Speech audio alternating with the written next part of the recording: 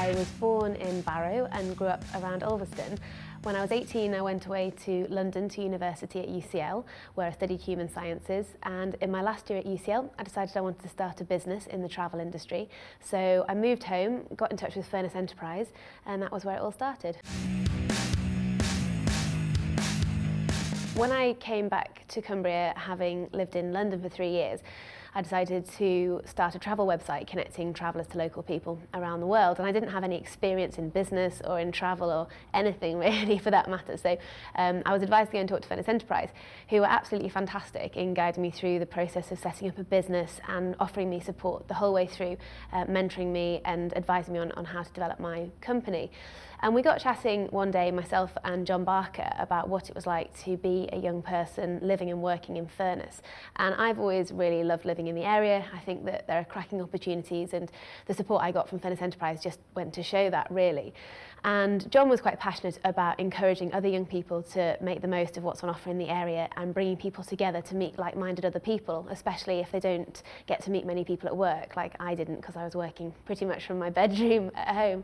And so that was really where we started discussing holding events. We thought at first we'd just have almost like a social event, just send out some invites, hold a kind of almost party, but with the sort of networking ethos within it, and just see what kind of response we got. And it sort of started from there, but in the early days it was actually quite slow to take off the ground, because there's never been anything like this before, not just in Furness, but as far as we're aware, nothing like this across the whole of the UK.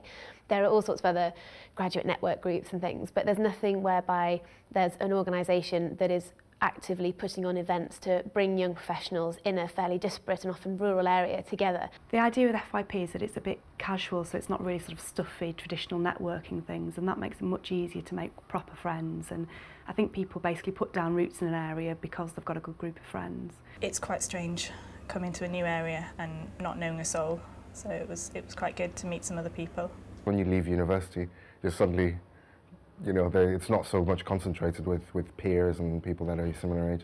So it's quite difficult to find new people to meet that you can relate to quite easily. Through FYP, I've met people who maybe live a little further out of Barrow than myself, so go through to Ulverston, meet up to go through a drink or something, you know.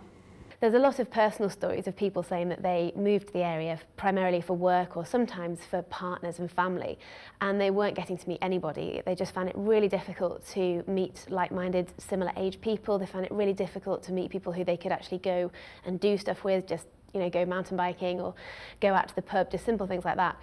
And they said that FYP had completely changed their lives. One that certainly made the headlines was the visit of Imran Hakim, who was the most successful Dragon's Den competitor ever. Imran was the founder of iTeddy and has gone on to run 15 or 16 different companies to multi-millions of pounds worth of turnover. But that wasn't what mattered as much as the fact that Imran came from Bolton, from a very humble background, but just had the drive to go out and try his hand at business. I find myself a little bit entrepreneurial in certain aspects, and it's nice to be around like-minded people who have these ideas, and certainly some of the people that have come to talk to us at the FYP events have really been first class. I've only been to the one, but that was really good, about setting up a tribe on an island, and it's just the sort of thing I'd love to do, but I know would never happen in real life because I'm too cautious. But for a sort of escapism evening, I really enjoyed it. The FYP events that I've been to I've found really helpful, really inspirational, meeting people who have been able to achieve their success. The Raj Anand event was really interesting, and that was held last year. Basically, Raj came in and spoke to us about his business experience and setting up social networking sites, which were highly successful. And it kind of like made me realise that it was possible for someone that young to go out there and actually sort of build a successful business. We had an entrepreneur from a Scottish entrepreneur who makes jam, super jam. He's a really young guy, but very down to earth, hard working, really simple idea, but basically he's making a fortune. So yeah, it was really inspiring actually.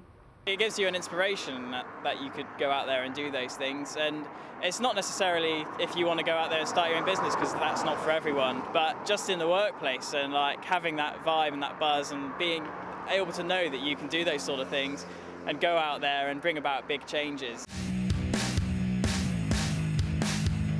Some of the events that we've run have been about skill development, personal and professional development, and the feedback that we get from those as well is really, really brilliant. There are people saying that they never really saw themselves as leaders before, but they've gone and done, say, an outdoors event with FYP, and they've uncovered a part of themselves they didn't really even realise was there. Or encouraging people to do some public speaking, or to, say, do just things like a first aid course. These things, quite often, it's just having the chance to do them in a fun setting with people who you feel you really get on with, that people can really discover new skills.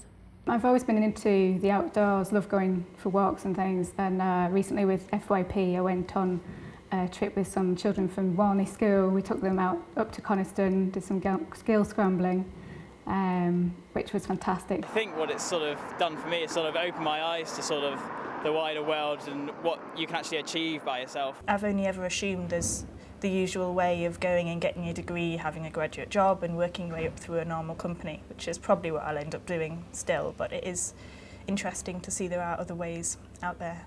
And just being around entrepreneurial people definitely helps, because you start to really think and believe that perhaps your ideas can go a step further. At the moment I'm working as a young enterprise advisor, which takes me outside of work and working with a local school and helping them to set up their own business and come up with a sort of business plan and business model and sort of see a glimpse into the business world, which is really good. I think that FYP has a really big impact on the personal and professional development of its members. So just by meeting people outside of work can be really crucial, because we hear from a lot of our members, specifically those on graduate schemes, that their employers do a huge amount to support them at work and do a huge amount to support their social lives when it comes to getting to know other employees within that same company. But in terms of meeting people outside of that business and possibly people with a slightly different mindset, FYP really fills a gap there. In terms of how FYP can impact the area for the better, I think it already is. I think that we have encouraged some young professionals to stay in the area. They were on the verge of leaving, but because they started to enjoy life a lot more when they started to meet people outside of work and engage in more exciting activities in the area, they thought, well, I'll give it another year, see how it goes. And lo and behold, they found that it's actually a really great place to live and work, and they've ended up staying here. So reducing that brain drain is really vital, and we would hope that we're helping to populate a really important part of the community that I feel anyway has been slightly ignored to now. It's that, that those young people who maybe were brought up in the area and aspire to great things, or there may be people who've moved to the area and really want to challenge themselves, and it doesn't matter who they are or where they're from, but just bringing them together can make a massive impact on the local economy, and they're the kind of people who are the very, very important consumers of the future.